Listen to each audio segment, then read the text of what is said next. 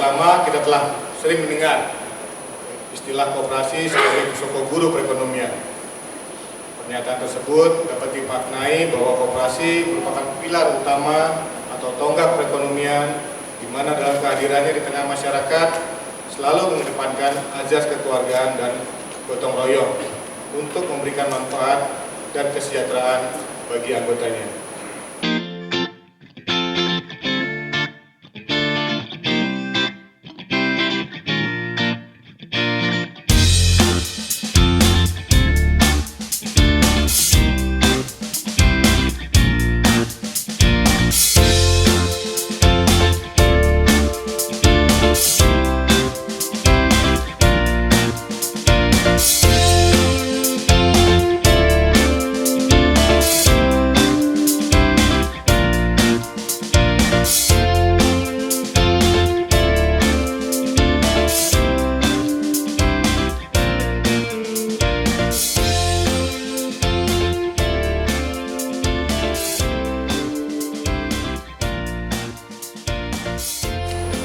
Sejak lama kita telah sering mendengar istilah koperasi sebagai soko guru perekonomian. Pernyataan tersebut dapat dimaknai bahwa koperasi merupakan pilar utama atau tonggak perekonomian di mana dalam kehadirannya di tengah masyarakat selalu mengedepankan azas kekeluargaan dan gotong royong untuk memberikan manfaat dan kesejahteraan bagi anggotanya. Berdasarkan data dari Dinas Perindustrian Perdagangan Koperasi UKM DKI Jakarta per 30 September, jumlah koperasi yang ada di DKI Jakarta lebih dari 9.000 koperasi. Merupakan binaan dari Kementerian Koperasi, Dinas UKM. Namun kalau dilihat dari kualitasnya masih perlu dilakukan perbaikan, dan alhamdulillah tadi dilaporkan dari Pak Ucup, kategori kita sehat ya Pak ya. Saya anggota aktif Pak, saya juga bagian daripada yang minjem itu soalnya. Saya kalau misalkan pinjam di perbankan, sedikit di luar dari konteks atau pinjam dari bank atau pinjam dari koperasi, saya bangga. Kenapa? Karena saya dipercaya, gitu ya. Saya nggak malu menyatakan itu. Dibanding saya tanda kutip SPJ gitu ya, saya lebih terkena itu. Di sini ada peserta saya, bendahara saya, Bu Ida mana Bu Ida? Nah, Bu Ida itu bendahara saya di bidang perekonomian. Saya memilih beliau salah satunya cuma satu alasannya, tidak bermain SPJ. Itu aja. Kenapa? Saya berpikiran saya ingin memotong seluruh aktivitas yang dulu untuk dinikmati oleh anak cucu saya ke depan. Gak ada kegiatan lain-lain. Insya Allah barokahan dapat terlaksana. Berikutnya saya lanjutkan, izin sekelas info tadi. Seiring perkembangan zaman, kehadiran koperasi harus dapat menghadapi tantangan yang ada di masyarakat, serta berkontribusi bagi pertumbuhan ekonomi, penyerapan tenaga kerja, dan peningkatan kesejahteraan masyarakat. Koperasi juga dituntut mampu beradaptasi dengan perubahan yang ada, mampu bersaing dengan entitas usaha yang lainnya. Seperti kita ketahui, banyak startup di luar sana, banyak fintech di luar sana yang menawarkan kemudahan. Itu kita maknai sebagai sebuah tantangan, sehingga kita sendiri pun harus merespon itu untuk supaya kita bisa menyesuaikan dengan kondisi perkembangan yang ada.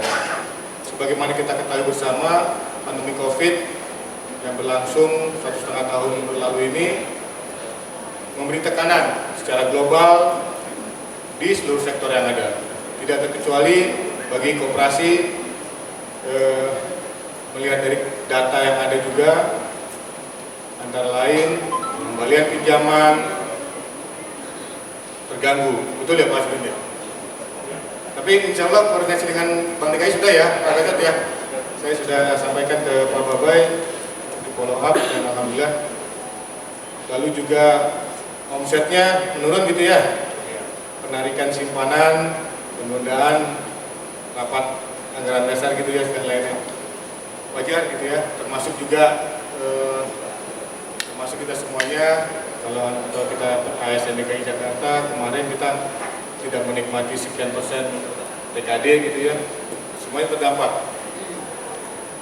Lalu juga dampak COVID ini juga dirasakan juga bagi anggota koperasinya gitu ya, pengurangan gaji, pemutusan hubungan kerja, penurunan laba,